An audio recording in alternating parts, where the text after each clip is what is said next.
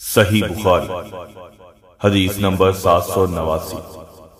ابو بکر بن عبد الرحمن بن حارث نے خبر دی، انہوں نے ابو ہریرہ رضی اللہ تعالی عنہ سے سنا، انہوں نے بتلایا کہ آن حضرت صلی اللہ علیہ وسلم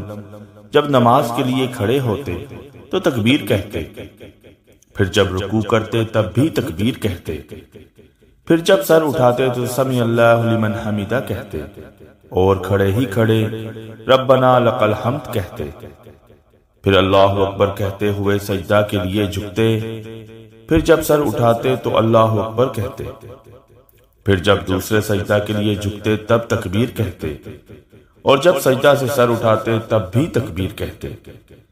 اسی طرح آپ صلی اللہ علیہ وسلم تمام نماز پوری کر لیتے تھے، قاعدہ اولیٰ سے اٹھنے پر بھی تکبیر کہتے تھے۔ اس حدیث میں عبداللہ بن صالح نے لیس کے واسطے سے بجائے ربنا لک الحمد کے ربنا ولک الحمد نقل کیا ہے۔